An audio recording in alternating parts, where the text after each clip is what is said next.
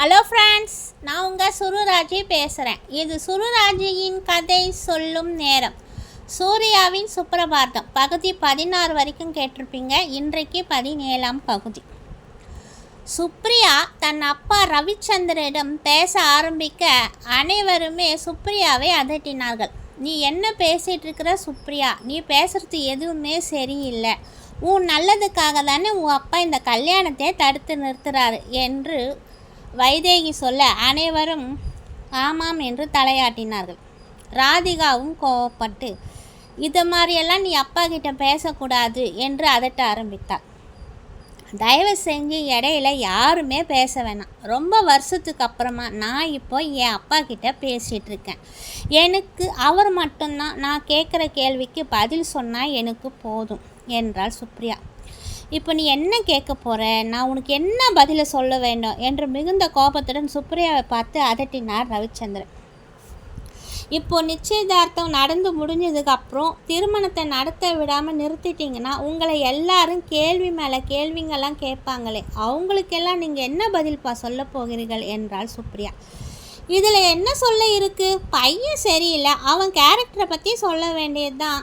அவனை பற்றி சொன்னாலே எல்லாரும் நான் சரியான முடிவை தான் எடுத்திருப்பேன்னு சொல்லுவாங்க என்று அவரும் சொன்னார். அப்படி நீங்கள் சொன்னால் எல்லாருமே அதில் நம்புவாங்களாப்பா? பையன் மீது குறையா அல்லது பொண்ணை வேண்டான்னு சொன்னதுனால மற்றவங்க எல்லாரும் சொல்கிற மாதிரி பொண்ணான என் மீது ஏதாவது குறையா என்று உங்களிடம் கேள்விகள் கேட்டால் நீங்கள் என்னப்பா அதுக்கு பதில் சொல்லுவீங்க என்று மறுபடியும் கேட்டார்.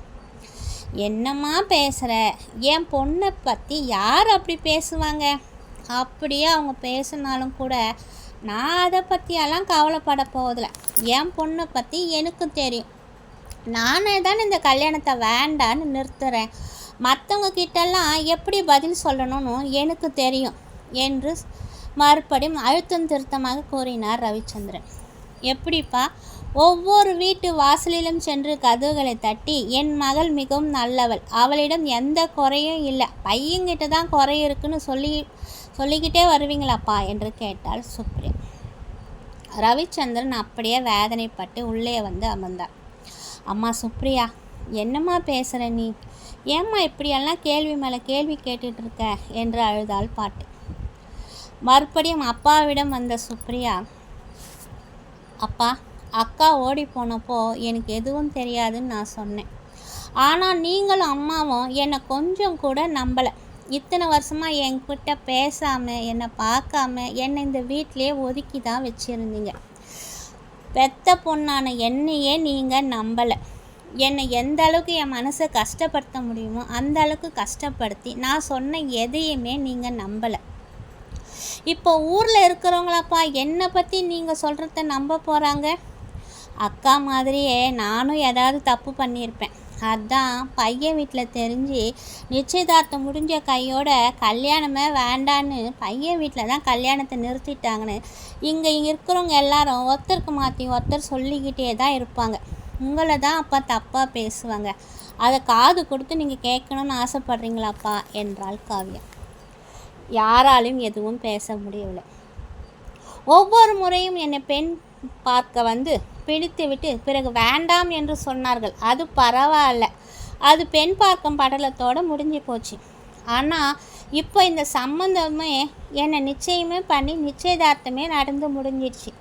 இப்போ போய் கல்யாணத்தை தடுத்து நிறுத்தணும் நீங்கள் சொன்னால் அது எப்படி முடியும் என்று மறுபடியும் கண் கலங்கி ரவிச்சந்திரன் அப்படியே கண் கலங்கி, அம்மா சுப்ரியா, இப்போ நீ என்னை என்னமா பண்ண சொல்ற என்று கேட்டார். போதும்பா, ஏற்கனவே அக்காவால் இந்த ஊர் முன்னாடி நீங்கள் ஒரு வாட்டி தலை போதும். இப்போ தப்பே பண்ணாத எனக்காக நீங்கள் மறுபடியும் தலையை கொண்டு வேண்டாம். என்னதான் பையன்கிட்ட 1000 குறை இருந்தாலும் இந்த ஊர் உலகம் அதை பெரிய விஷயமா நினைக்கவும் மாட்டாங்க, அதை பற்றி பேசவும் கூட மாட்டாங்க. அது ஒரு பெரிய விஷயமாகவே அவங்க எடுத்துக்க மாட்டாங்க. ஆனால் ஒரு பொண்ணை பற்றி ஏதாவது ஒரு சின்ன பொருளை கிளம்புனாலும் அதை தானப்பா காலம் பூரா பேசிக்கிட்டே இருப்பாங்க.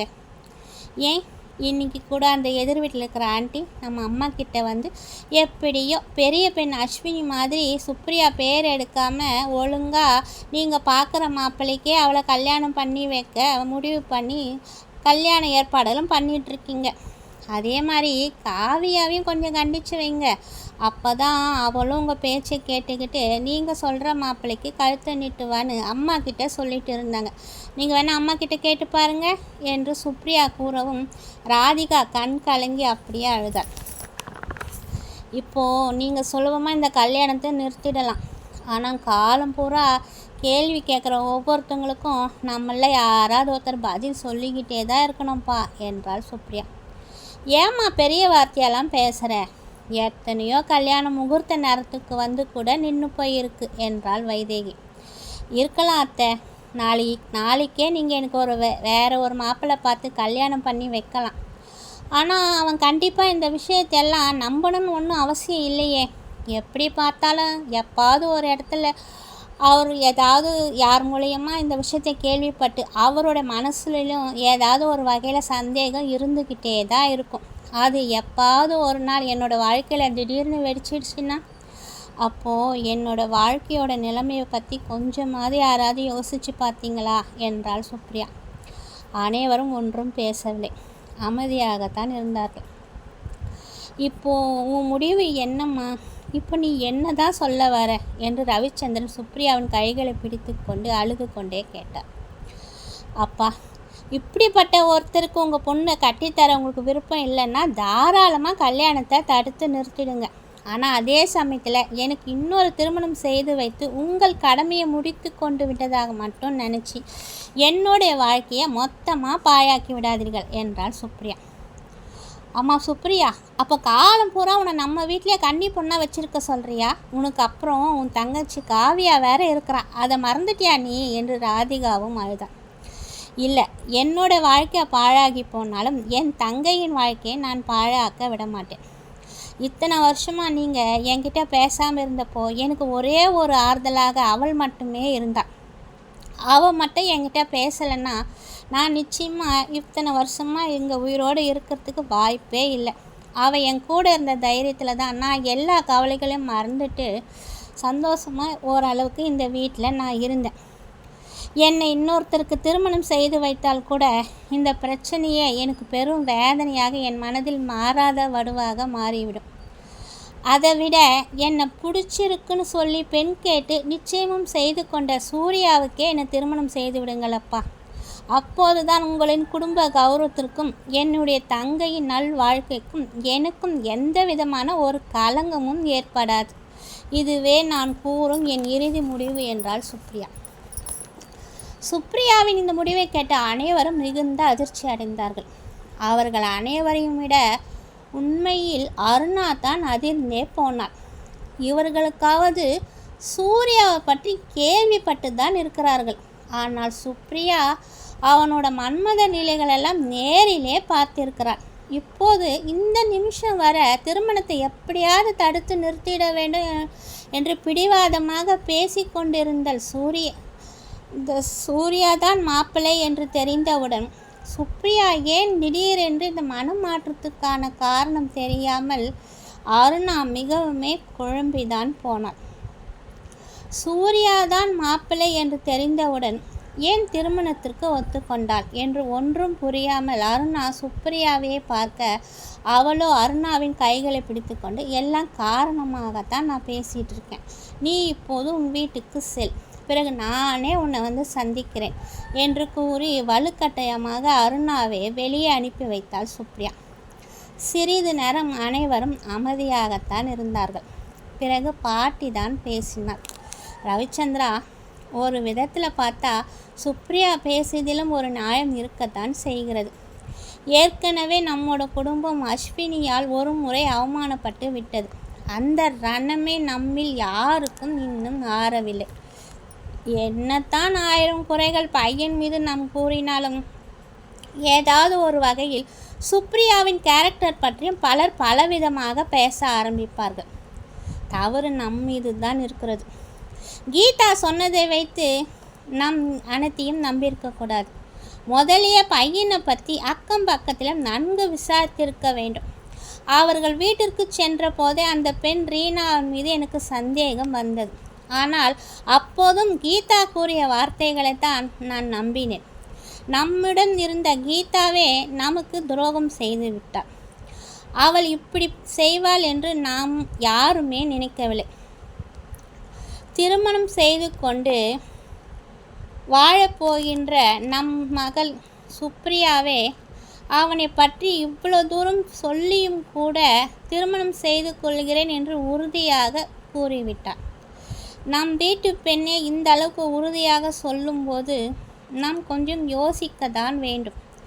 அவளின் இந்த முடிவை மீறி நாம் அவளை வேறு ஒருக்கு திருமணம் செய்து கொடுத்து அதனால் அவளோட வாழ்க்கை கேள்விக்குறியாக்கிவிட்டால் அப்போது நம் மனம் இன்னும் வருத்தம் அடையத்தான் செய்யும்.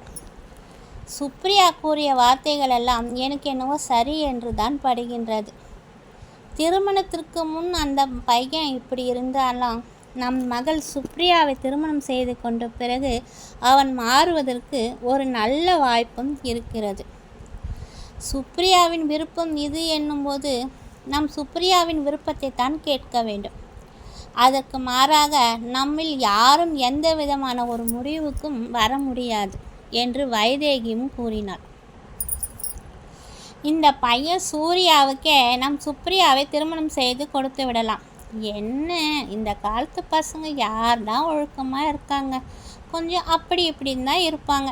எல்லாம் கல்யாணம் ஆகி குழந்தை என்று பிறந்து விட்டால் காலப்போக்கில் எல்லாமே சரியாகிவிடும் என்றார் தாத்தா.